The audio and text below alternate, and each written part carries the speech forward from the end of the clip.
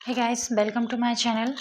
मेरा नाम है दिव्या और आज हम पढ़ने वाले हैं यूपीएससी लेवल के कुछ इम्पोर्टेंट क्वेश्चन हैं जिसमें हम ज़्यादा नहीं केवल 17 क्वेश्चन रिवीजन करेंगे जो कि अच्छे लेवल के प्रश्न हैं। थोड़ा सा आपको कठिन लगेंगे लेकिन मेरी बात समझिए। आप थोड़ा सा यदि आप कठिन प्रश्नों को हल कर लेंगे तो आसान प्रश्नों को बहुत ही आसानी से समझ जाएंगे। इसका मतलब ये नहीं है कि आप बहुत ज़्यादा पढ़ना पड़ेगा आपको, लेकिन ऐसा है कि जब एक टॉपिक हम कोई भी पढ़ते हैं, जैसे हमने पढ़ा 1857 की क्रांति, ठीक है। 1857 की क्रांति का हमने जो पढ़ा है तो उसमें बनने वाले उसके जितने भी क्वेश्चन है वो एक ही क्वेश्चन में सारे रिवीजन हो जाएंगे। मतलब आप उसका पूरा बैकग्राउंड समझ जाएंगे तो आप उसके सारे क्वेश्चन को आप बता सकते हैं। तो चलिए हम स्टार्ट करते हैं। इससे पहले मेरी आपसे रिक्वेस्ट है कि यदि आपने चैनल को सब्सक्राइब नहीं किया तो कृपया करके प्लीज़ चैनल को सब्सक्राइब करें। और यदि आपको वीडियो पसंद आता है, यदि इसके क्वेश्चन आपके किसी भी थोड़े भी काम के उपयोगी लगते हैं तो आप वीडियो को लाइक अवश्य करें। चलिए प्रश्न पर चलते हैं हम लोग।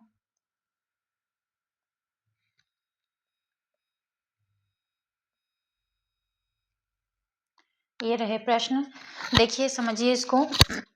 प्रश्न नंबर पहला है। प्रश्न नंबर 1 आपको कहता है कि कॉर्नवालिस द्वारा राजस्व संग्रहण के संदर्भ में निम्नलिखित कथनों पर विचार कीजिए।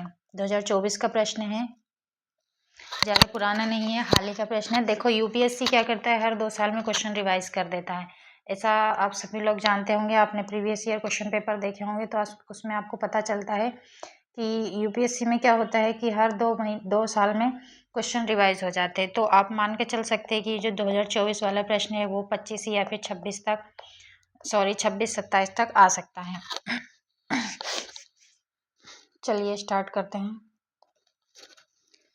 प्रश्न कह रहा है कि राजस्व संग्रहण के रैयतवाड़ी बंदोबस्त के अधीन किसानों को फसल खराब होने या प्राकृतिक आपदाओं की स्थिति में राजस्व भुगतान से छूट दी गई थी। देखिए क्या कह रहा है कि जो कॉर्नवालिस व्यवस्था थी, जिसमें लॉर्ड कॉर्नवालिस के द्वारा रैयतवाड़ी व्यवस्था थी, जिसमें कहा गया है कि क्या उनको फसल खराब होने और प्राकृतिक आपदाओं के आने पर क्या सरकार के द्वारा भुगतान उसका किया जाता था। ऑप्शन ए है। वहीं ऑप्शन दूसरा है, बंगाल स्थायी बंदोबस्त के अधीन यदि जमींदार नियत तिथि पर या उससे पहले राज्य को राजस्व का भुगतान करने में विफल रहता तो उसे उसकी जमींदारी से हटा दिया जाता। प्रश्न को थोड़ा सा समझिए, थोड़ा सा कि कह रहा है कि स्थायी बंदोबस्त जो था उसमें क्या होता था, जमींदारी को नियत तिथि पर यदि उसका राजस्व भुगतान नहीं किया जाता था तो उसको जमींदारी से हटा दिया जाता था। जैसे कि सरकार के इनकी अंग्रेजों की नीति के अकॉर्डिंग एक जमींदार डिसाइड किए गए थे कि एक एरिया में एक व्यक्ति है जो इनसे फसल का भुगतान लेगा, क्या बोलते हैं, हफ्ता वसूली करेगा, एक प्रकार से ऐसा समझिए कि जो उससे टैक्स लेगा। तो वो यदि नहीं कर पाता था, जैसे किसानों की फसल खराब हो जाती थी तो वो जमींदार कैसे उनसे वसूल करेगा, क्योंकि वो तो खुद ही बर्बाद हो चुके होते थे छोटे किसान। तो ये कहा गया है कि जब राजस्व समय पर नहीं मिल पाता था अंग्रेजों को इस जमींदार के द्वारा इन छोटे किसानों के कारण, तो उस जमींदार को उस जमींदारी से हटा दिया जाता था। दोनों प्रश्न है, दोनों ऑप्शन है, ठीक से देखें। इसका देख लीजिए, उपयुक्त कथनों में से कौन सा ये से कथन सही है। केवल एक, केवल दो, एक और दो, या ना तो एक ना तो दो।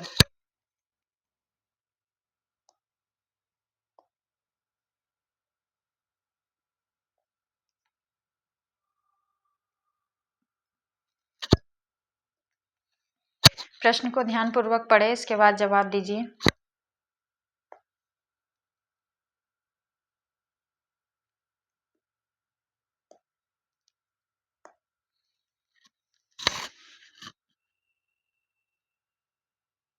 आपको क्या लगता है कि अंग्रेज लोग इतने दयालु हुआ करते होंगे? नहीं। तो देखिए इसका ऑप्शन हो जाएगा, option number B is the correct answer है। दूसरा वाला मतलब दूसरा कथन सही है कि उसको जमींदार को हटा दिया जाता था। राजस्व भुगतान करने में यदि वो विफल रहता था तो जमींदार को हटा दिया जाता था। जबकि राजस्व संग्रहण के रैयतवाड़ी बंदोबस्त में क्या प्राकृतिक आपदाओं के कारण हुई फसल बर्बाद का उन्हें कोई भी मुआवजा या सहायता राशि नहीं दी जाती थी। समझ गए आप? तो इसमें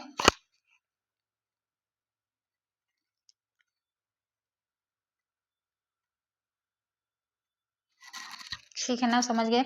इसमें रहता था कि यदि शाम होने तक यदि जमीन एक तिथि जो निर्धारित होती थी उसमें यदि शाम होने तक यदि ये लोग नहीं लेकर आते थे तो इनको अपने पद से या फिर क्या कहते हैं सस्पेंड कर दिया जाता था।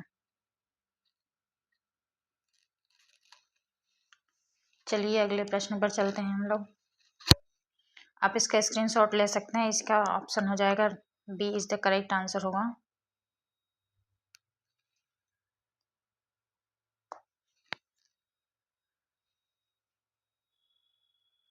चलिए हम लोग आते हैं दूसरे प्रश्न पर। दूसरा है प्रश्न नंबर 2। मध्यकालीन गुजरात के इनमें से किस एक शासन ने दीव को पुर्तगालियों के सुपुर्द कर दिया था? ध्यान से पढ़िए, 2023 में आया हुआ प्रश्न है कि मध्यकालीन गुजरात के इनमें से किस एक शासक ने, मध्यकाल के समय की बात है, ये चारों मध्यकाल के समय के शासक हैं, किस एक शासक ने दीव को, जो आइलैंड था दीव, दमन दीव वाला, वो पुर्तगालियों के हवाले कर दिया था।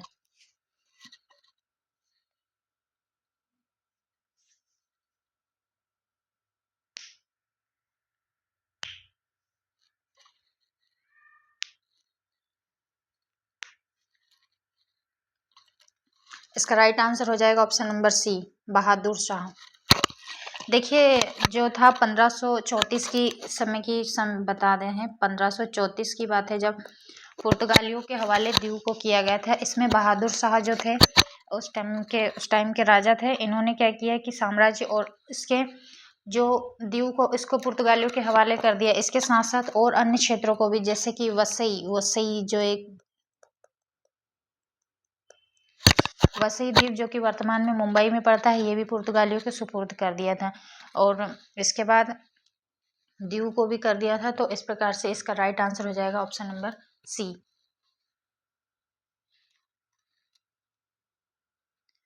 अगले प्रश्न पर चलते हैं।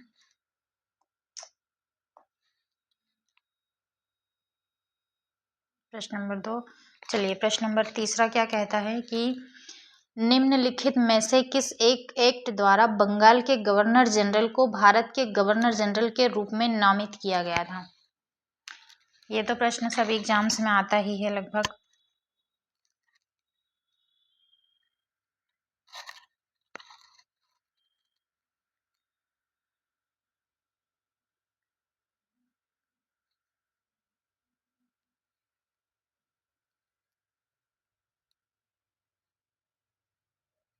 इसका राइट आंसर हो जाएगा option number D is the correct answer. 1833 का चार्टर एक्ट, जो आपको मैं बता दूं कि 1833 का जो चार्टर अधिनियम था, इसके समय क्या हुआ कि जो बंगाल का गवर्नर जनरल था उसको भारत का गवर्नर जनरल बना दिया गया।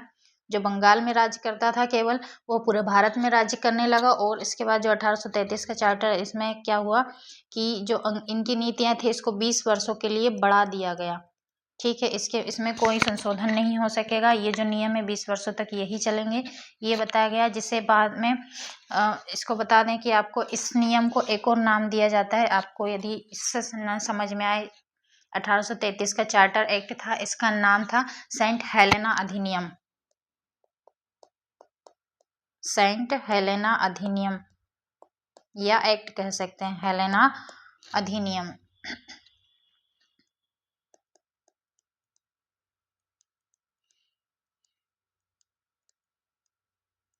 1833 का। आप लोग समझ गए इसमें कि इसको आगामी 20 वर्षों के लिए बढ़ा दिया गया था। और क्या हुआ, ब्रिटिश भारतीय सरकार को पुनर्गठित किया गया। इसमें ब्रिटिश भारतीय सरकार को पुनर्गठित किया गया। इसमें कहा गया कि कुछ लोगों को भारतीय लोगों को भी इसमें सम्मिलित किया जाना चाहिए। इसके प्रावधान क्या क्या थे, हम थोड़ा सा डिटेल्स में देख लेते हैं।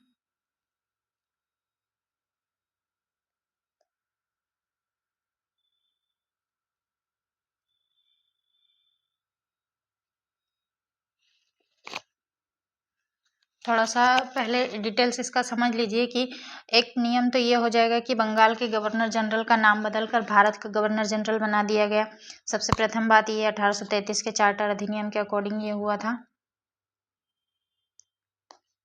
ठीक है ना। तीसरे प्रश्न पर ध्यान दो। चलिए, भारत का गवर्नर जनरल बना दिया गया, जिसमें क्या हुआ आपको बता दें कि ये जो था विलियम बेंटिक था जो पहला गवर्नर जनरल बना था। भारत का पहला गवर्नर जनरल कौन बना था? Lord William Bentinck. ठीक है ना।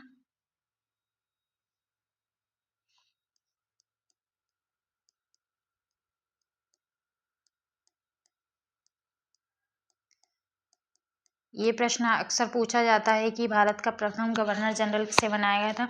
लॉर्ड विलियम बेंटिक था, जो कि एक प्रकार देश का प्रशासन एक प्रशासन के अंतर्गत एकीकृत हो गया था, जिसमें क्या हुआ पूरा देश का प्रशासन जो था एक साथ एकीकृत कर दिया गया। और फिर क्या हो गया इसके साथ, जो बम्बई और मद्रास के जो राज्यपाल थे जो वहाँ का शासन संभाल रहे थे, उनकी शक्तियाँ छीन ली गई थी। आप इसको भी नोट करें, पॉइंट बना लें।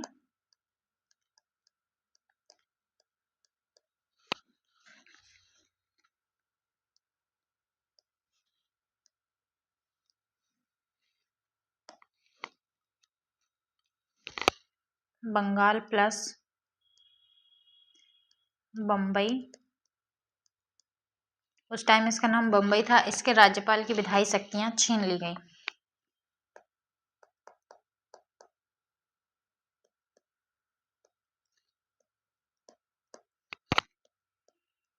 विधायी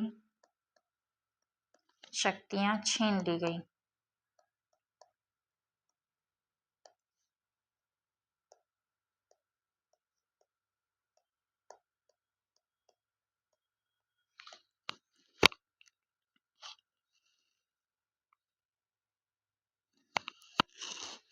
ठीक है, समझ गए होंगे कि जब वो पूरे भारत का गवर्नर जनरल बन गया है तो सारी शक्तियां उसके हाथ में आ गई और बहुत ही लोगों का काम छीन गया इसमें।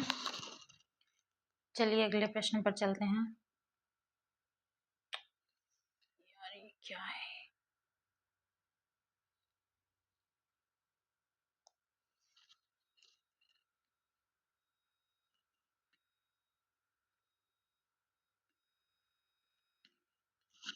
प्रश्न नंबर 4 है,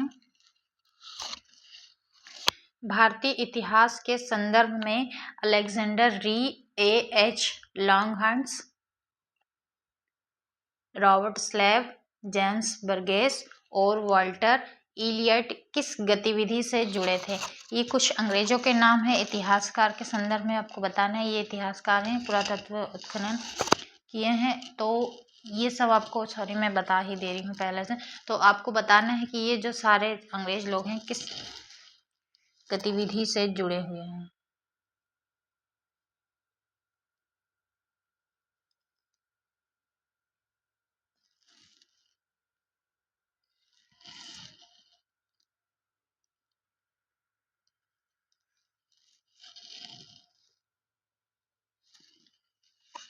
मैंने पहले ही आपको बता दिया था, इसका right answer option number A होगा, पुरातत्व खनन करता थे ये लोग। आपको बता दें कि अलेक्जेंडर री, इसके बारे में थोड़ा सा देख लें। अलेक्जेंडर री जो थे यह एक पुरातत्वविद थे, जिन्होंने क्या किया, भारत के पुरातत्व के महान निदेशक के रूप में भी कार्य किया है। और जिन्होंने जो किया थे, भारत के विभिन्न क्षेत्रों में खुदाई की, सर्वेक्षण किए, जिसमें तक्षशिला का नाम आता है। एक सबसे इम्पोर्टेंट आपको बता दें कि तक्षशिला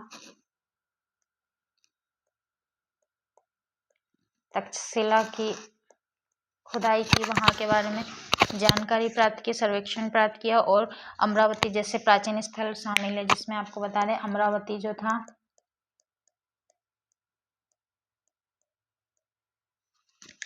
इन जगहों की खुदाई की और वहाँ से पुरातत्व उत्खनन किया।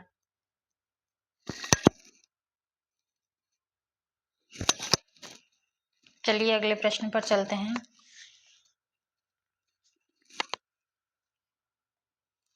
इन सब के बारे में भी हम बात कर सकते थे, लेकिन ये डिटेल्स में बहुत ज़्यादा देर हो जाएगी, इसलिए आपको ज़रूरी है कि हम लोग जल्दी क्लास कंप्लीट करें।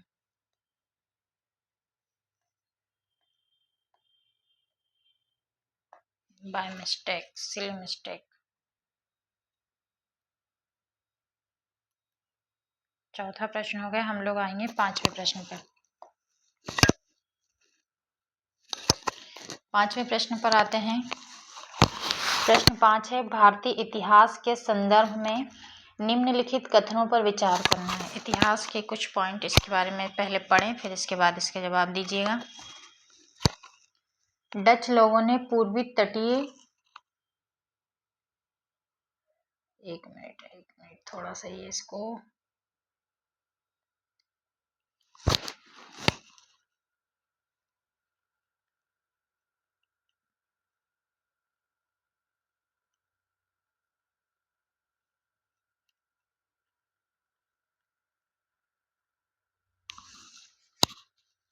पूर्वी तटीय क्षेत्रों, लाइए थोड़ा सा इसको चेंज कर देते हैं।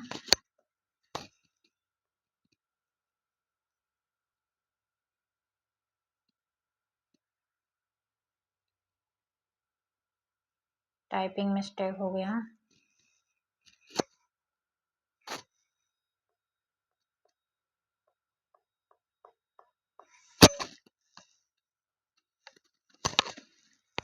क्षेत्रों में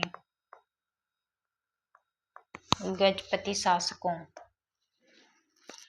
डच लोगों ने पूर्वी तटीय क्षेत्रों में गजपति शासकों द्वारा प्रदान की गई जमीनों पर अपनी फैक्ट्रियां या गोदाम स्थापित किए। दूसरा पॉइंट है, अल्फांसो दी अलबुकर्क ने बीजापुर सल्तनत से गोवा को छीन लिया था। तीसरा है, अंग्रेजी ईस्ट इंडिया कंपनी ने मद्रास में विजयनगर साम्राज्य के एक प्रतिनिधि से पट्टे पर ली गई जमीन के एक प्लॉट पर फैक्ट्री स्थापित की थी। तीनों में से कौन कौन से कथन सही है? उपयुक्त कथनों में से कौन से सही है? ऑप्शन ए देख लीजिए, ए बी सी डी में से कौन सा सही होगा?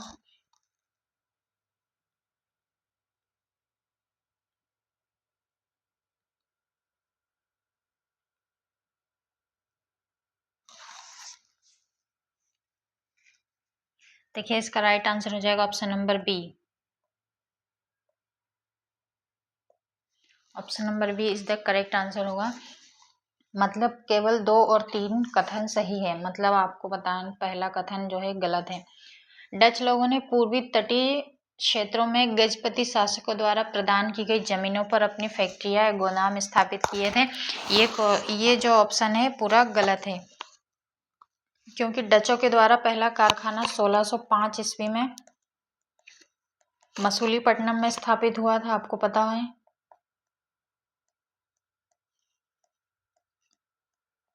मसूलीपट्टनम में स्थापित किया था इन्होंने पहला अपना, और जबकि गजपति शासक जो था 16वीं शताब्दी के मध्य तक चला था। ठीक है ना? तो ये वाला ऑप्शन गलत हो जाएगा। बाकी दूसरा और तीसरा कथन सही है। मतलब अल्फांसो दी अलबुकर्क ने बीजापुर सल्तनत से गोवा को छीन लिया था। जी हाँ, ये जो हुआ था 1510 ईस्वी में इसने ऐसा किया था। बीजापुर के सुल्तान से गोवा का अधिग्रहण कर लिया था। और देखते हैं कथन नंबर 3 है, जो कि अंग्रेज ईस्ट इंडिया कंपनी ने मद्रास में विजयनगर साम्राज्य के एक प्रतिनिधि से पट्टे पर ली गई जमीन पर एक फैक्ट्री और प्लांट स्थापित किया। जी हाँ, आपको बता दें, इसका एक नाम भी आता है इतिहास में। विजयनगर के शासकों ने अपने क्षेत्रों में स्वतंत्र रूप से अपना शासन स्थापित करने के लिए वहाँ के सरदारों, वहाँ पर नायक और सरदार नियुक्त कर दिए। वहीं के स्थानीय लोगों को नियुक्त कर दिया। और क्या हुआ कि आपको बता दें कि जो दारमाला वेंकटाद्री थे, इनका नाम याद रखें।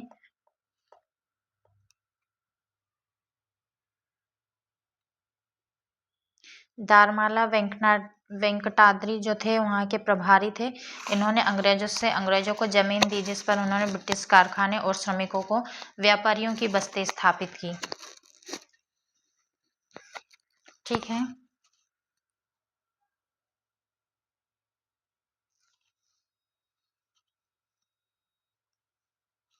चलिए प्रश्न नंबर 6 पर हम आते हैं। प्रश्न नंबर 6 है कि 17वीं शताब्दी के पहले चतुर्थांश में निम्नलिखित में से कहाँ इंग्लिश ईस्ट इंडिया कंपनी का या के कारखाने स्थित थे? भरूच में, चिकागोल या त्रिचिनोपोली?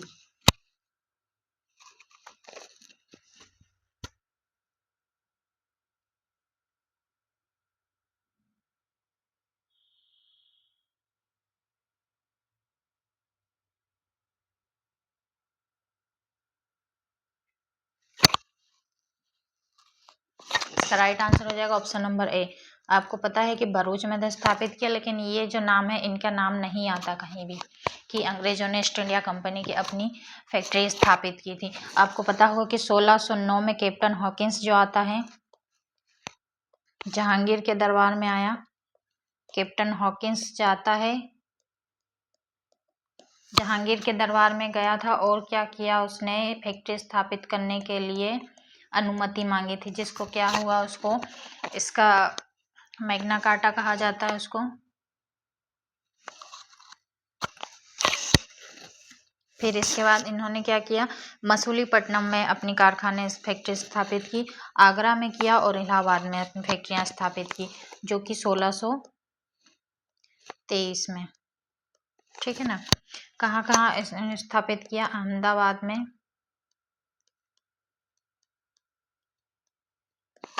आगरा में भी थे, लेकिन ये कुछ समय रहे वहां से, फिर उन्होंने आगरा को छोड़ दिया और मसूलीपट्टनम में अपनी फैक्ट्री स्थापित की। ठीक है ना। और क्या हुआ, शुरू से ही इसने व्यापार और कूटनीति को युद्ध और क्षेत्र के नियंत्रण के साथ जोड़ने का प्रयास किया। इन्होंने लड़ाई झगड़े भी वहां पे किए और जिससे कारखाने स्थित रहे।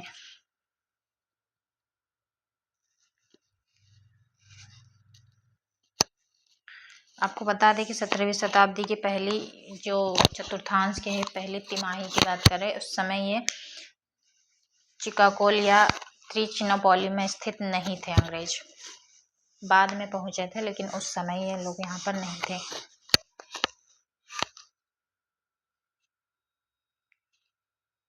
अगला प्रश्न है प्रश्न नंबर 7।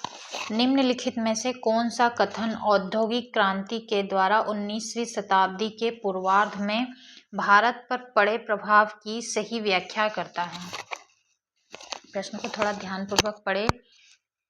औद्योगिक क्रांति के द्वारा 19वीं शताब्दी के पूर्वार्ध में, ऑप्शन है भारतीय दस्तकारी उद्योग नष्ट हो गए थे, ऑप्शन बी भारत के वस्त्र उद्योग में मशीनों का बड़ी संख्या में प्रवेश हुआ था, ऑप्शन सी है देश के अनेक भागों में रेलवे लाइनें बिछाई गई, ऑप्शन डी ब्रिटिश उत्पादन के आयात पर भारी शुल्क लगाया गया था।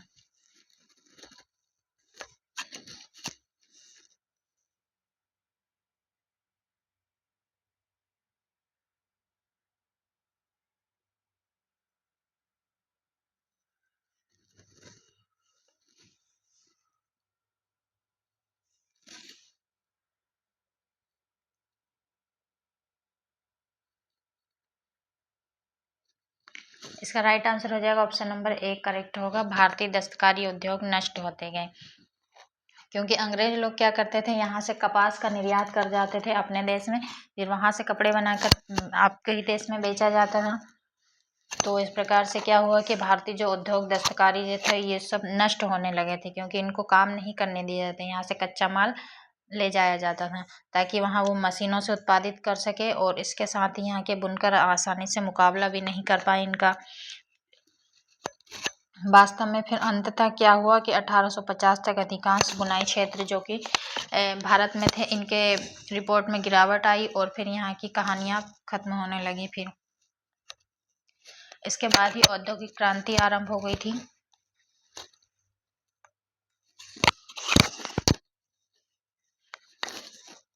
जो भारतीय लोग हस्तशिल्प हस्तकला जानते थे वो सारे नष्ट होते चले गए। इस प्रकार से क्या हुआ, भारतीय दस्तकारी उद्योग नष्ट हो गए। आगे चलते हैं। प्रश्न क्रमांक 8 कहता है कि भारत के इतिहास के संदर्भ में निम्नलिखित युग्मों पर विचार कीजिए। विचार कर लेते हैं। औरंग जो था, औरंग राजकोष का प्रभारी कहलाता था। बेनियात ईस्ट इंडिया कंपनी का भारतीय एजेंट था। तीसरा है मिरासिदार राज्य का नामित राजस्व दाता था। इसमें आपको बताना है कि कितनी कौन कौन सी जोड़ियां सही है, कौन सा या शेष कथन सुमेलित हैं या हैं। ऑप्शन ए है केवल 1 और 2, ऑप्शन बी केवल 2 और 3, ऑप्शन सी केवल 3, ऑप्शन डी है 1, 2 और 3।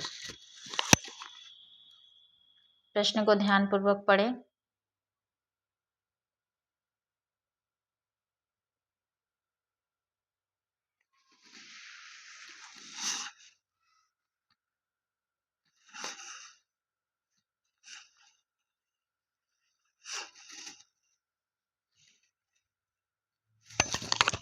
इसका राइट आंसर हो जाएगा ऑप्शन नंबर बी, केवल 2 और 3। दूसरा और तीसरा सही है, पहला गलत है। जैसे औरंग राजकोष का प्रभारी, नहीं भाई, ये प्रभारी नहीं, एक प्रकार से एक स्टोर हाउस था। औरंग जो था स्टोर हाउस का नाम था, जहां पर माल को बेचने से पहले स्टोर किया जाता था। बाकी बेनियान ईस्ट इंडिया कंपनी के भारतीय एजेंट थे, और मिरासिदार जो था राज्य का नामित राजस्व दाता था।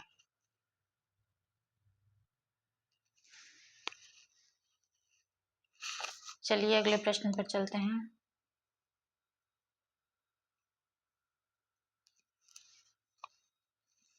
अगला है, वेलेज़ली ने कलकत्ता में फोर्ट विलियम कॉलेज की स्थापना किस लिए की थी?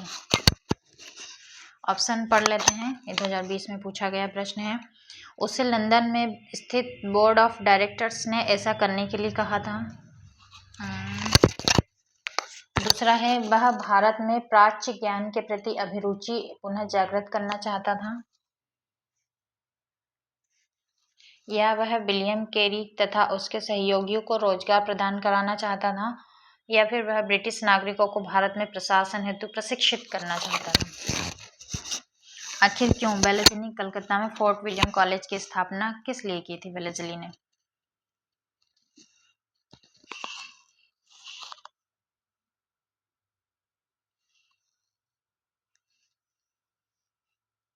इसका राइट आंसर हो जाएगा ऑप्शन नंबर डी। अब देखिए, अंग्रेज यदि देश में आए हैं तो भाई उनको शासन करना था, और इसके लिए उनको देश की नीति, यहाँ के प्रशासन के बारे में पढ़ना था, यहाँ के प्रशासन हेतु, भारत में प्रशासन हेतु प्रशिक्षित करना था। इसलिए इसने 18 अगस्त सन 1800 में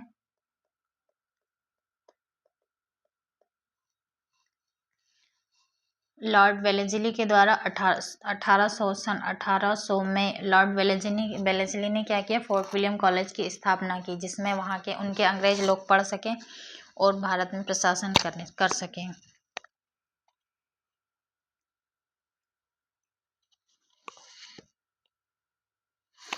चलिए अगले प्रश्न पर चलते हैं। ये रहा प्रश्न नंबर 10। 10वां प्रश्न कहता है कि निम्नलिखित में से कौन सा एक पादप समूह नवीन विश्व में कृषि योग्य बनाया गया तथा इसका प्राचीन विश्व में प्रचलन शुरू किया गया था? मतलब कि प्राचीन काल से चला आ रहा है, लेकिन अभी भी नवीन विश्व में।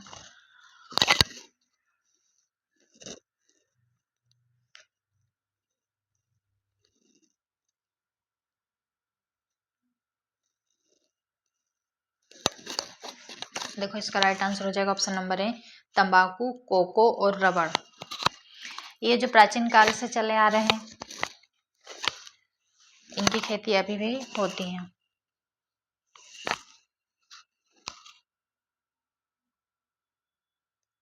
अगले प्रश्न पर चलते हैं।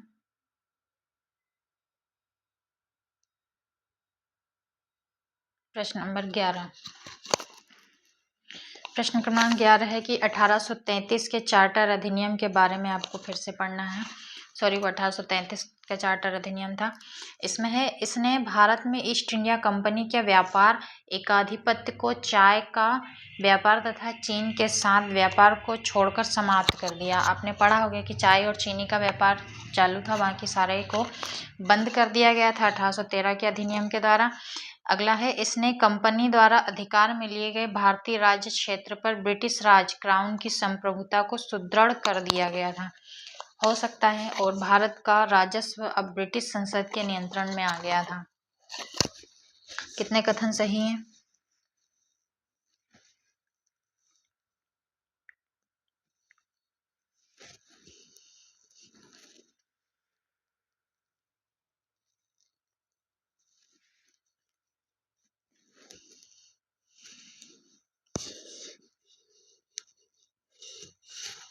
इसका right answer option number A हो जाएगा। 1 और 2, मतलब पहला और दूसरा कथन सही है।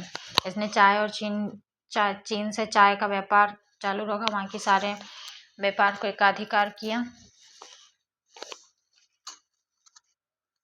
और इसने कंपनी द्वारा अधिकार में लिए गए भारतीय राज्य क्षेत्र पर ब्रिटिश की संप्रभुता सुदृढ़ कर दी।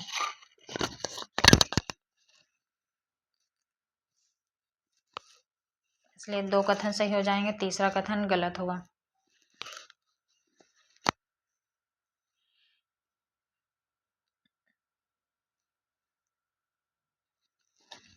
ऑप्शन ए करेक्ट है।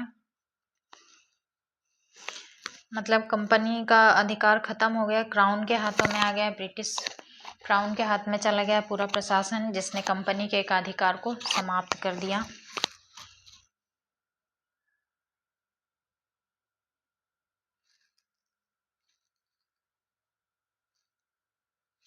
चलिए अगले प्रश्न पर चलते हैं।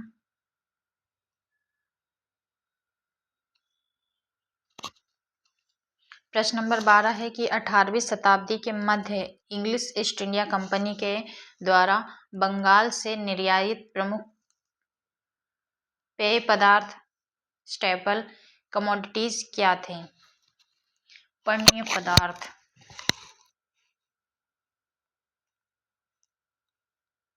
ध्यानपूर्वक पढ़े जरा प्रश्न को।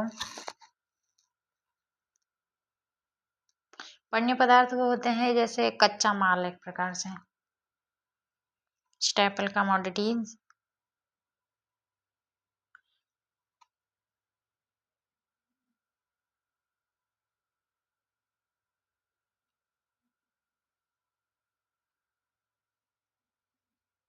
इसका राइट आंसर हो जाएगा ऑप्शन नंबर डी, कपास, रेशम, सॉल्ट पीटर और अफीम।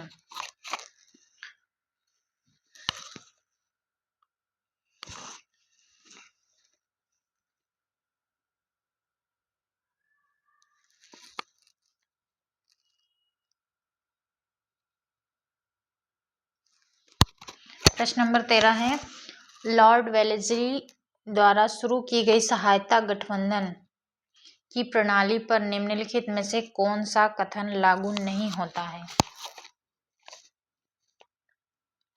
ऑप्शन है, दूसरों के खर्च पर एक बड़ी स्थायी सेना बनाए रखना, ऐसा तो करता था अंग्रेज। अगला है, भारत को नेपोलियन के खतरे से सुरक्षित रखना,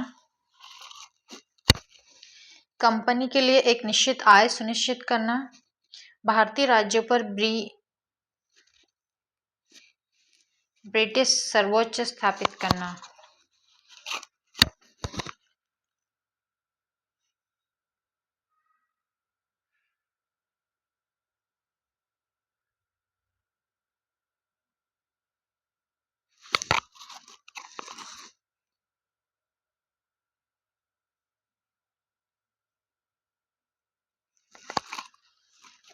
इसका राइट आंसर हो जाएगा ऑप्शन नंबर सी, कंपनी के लिए एक निश्चित आय सुनिश्चित करना। उनको क्या करना था, कहीं भी से भी सबसे इम्पोर्टेंट था कि उनको अर्निंग करना था। ठीक है, कंपनी के लिए एक सुनिश्चित आय निश्चित हो सके, सुरक्षित हो सके, इसलिए उन्होंने ये सब सहायता राशि अभी ये सब चीज समझाना शुरू किया। लॉर्ड वेलेस्ली की जो सहायक संधि व्यवस्था थी इसके द्वारा।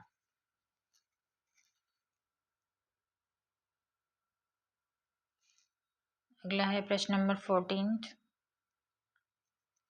प्रश्न नंबर 14 है कि निम्नलिखित में से कौन ब्रिटिश शासन के दौरान भारत में रैयतवाड़ी बंदोबस्त की शुरुआत से जुड़ा था? Lord Cornwallis, Alexander Reid, Thomas Munro.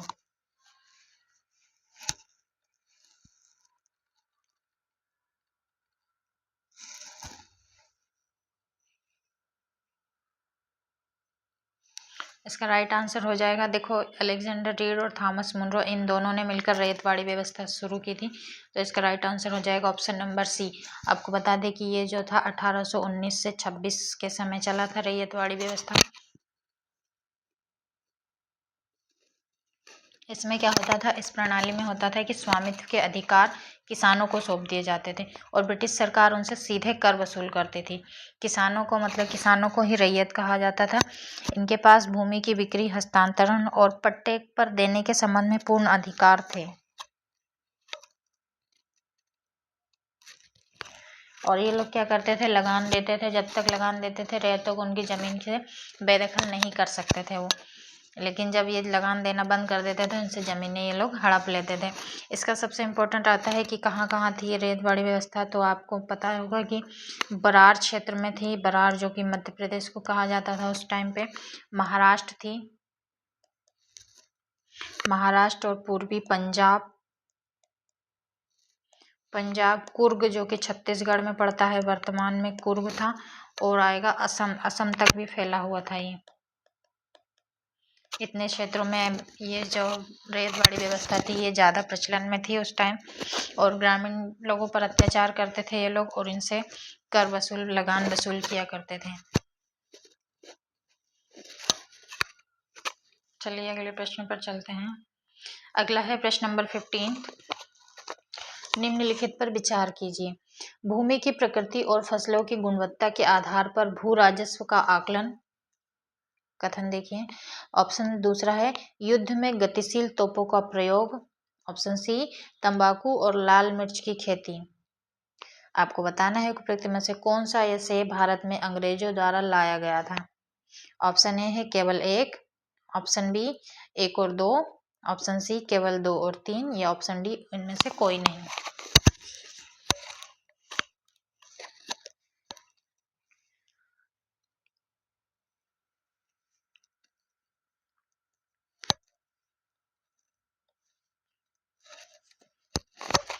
इसका राइट आंसर हो जाएगा ऑप्शन नंबर डी।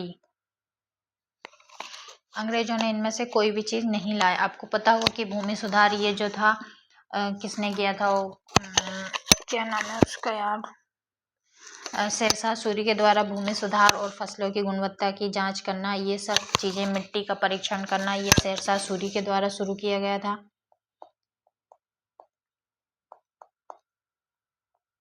अंग्रेजों ने नहीं किया भाई। युद्ध में गतिशील तोपों का प्रयोग ये भी नहीं किया कि बाबर, आपको पता होगा कि गतिशील तोपों का सबसे पहला प्रयोग तो बाबर के द्वारा किया गया था, ठीक है ना। तीसरा है तंबाकू और लाल मिर्च की खेती, ये भी है ना मुगलों के समय पे आई थी। तंबाकू और लाल मिर्च की खेती ये सब मुगल लेकर आए थे, मुगल के साथ था, तो अंग्रेजों के द्वारा ये शुरू नहीं की गई थी। क्या होता था कि भारत की ज़मीन तो वैसे ही उपजाऊ थी और बाकी अन्य क्षेत्रों की तुलना में भारत में ज़्यादातर फसलें पहले से बोई जाती थी। तो ज़्यादातर फसलें इसमें भी जो थी दक्षिण अमेरिका से लाई गई थी। हाँ, इसमें आएगा कि चाय की शुरुआत है ना, चाय की शुरुआत अंग्रेजों के द्वारा की गई थी, अंग्रेज लेकर आए थे।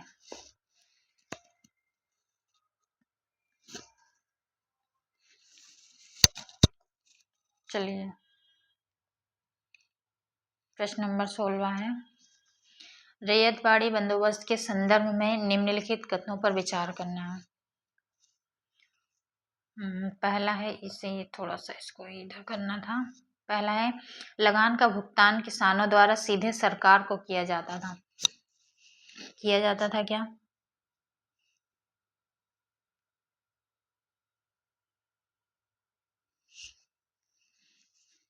सरकार ने रैयतों को पट्टे दिए थे। कर लगाने से पहले भूमि का सर्वेक्षण और मूल्यांकन किया गया था। इसमें से कितने कथन सही हैं आपको बताने हैं। केवल एक, केवल एक और दो, एक और दो तीन, या इनमें से कोई भी नहीं।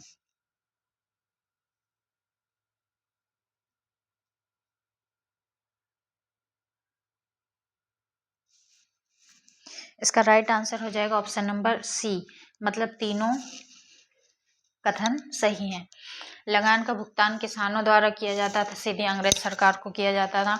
सरकार ने रैयतों को पट्टे दिए गए थे। रैयत का मतलब जो वहाँ के किसान थे उनको, उनसे मतलब है किसान को कहा गया रैयत। और कर लगाने से पहले वहाँ की भूमि का सर्वेक्षण या मूल्यांकन किया जाता था। ठीक है, जहाँ की भूमि ज़्यादा उपजाऊ होती थी वहाँ ज़्यादा टैक्स लगाया जाता था।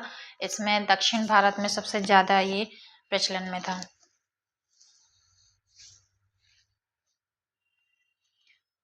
अगला और अंतिम प्रश्न है,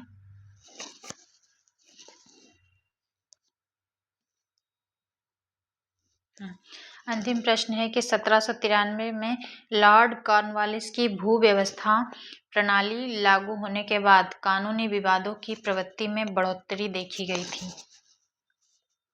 1793 में लॉर्ड कॉर्नवालिस की भू व्यवस्था प्रणाली लागू होने के बाद कानूनी विवादों की प्रवृत्ति में बढ़ोतरी देखी गई। तो निम्नलिखित प्रावधानों में किस एक को सामान्यतः इसके कारक के रूप में जोड़कर देखा जाता है? कारक और कारण एक ही बात होगी। मतलब रैयत की तुलना में जमींदार की स्थिति को अधिक सशक्त बनाना,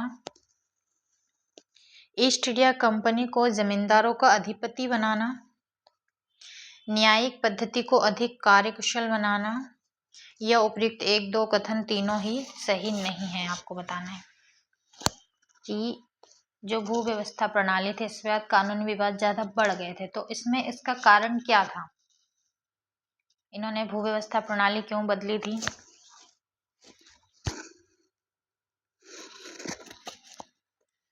प्रश्न नंबर 17 इसका राइट आंसर हो जाएगा ऑप्शन नंबर डी। मतलब कि ये तीनों ही कारण नहीं थे।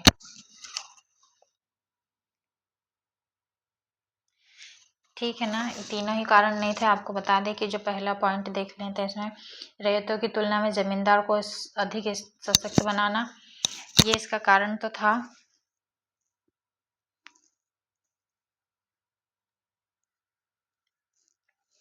जमींदारों को भूमि का मालिक बना दिया गया। जमींदारों से एक निश्चित राशि भुगतान के रूप में ली जाती थी और जो है किसानों और जमींदारों को काश्तकार बनाया गया था। ठीक है, इसका right answer option number D हो जाएगा। तो ये क्लास हम यहीं एंड करते हैं। आई श्योर कि आपको क्लास पसंद आई होगी। यदि आपको पसंद आई तो इसको लाइक अवश्य करें, चैनल को सब्सक्राइब करें। मिलते हैं अगले वीडियो में, तब तक के लिए धन्यवाद।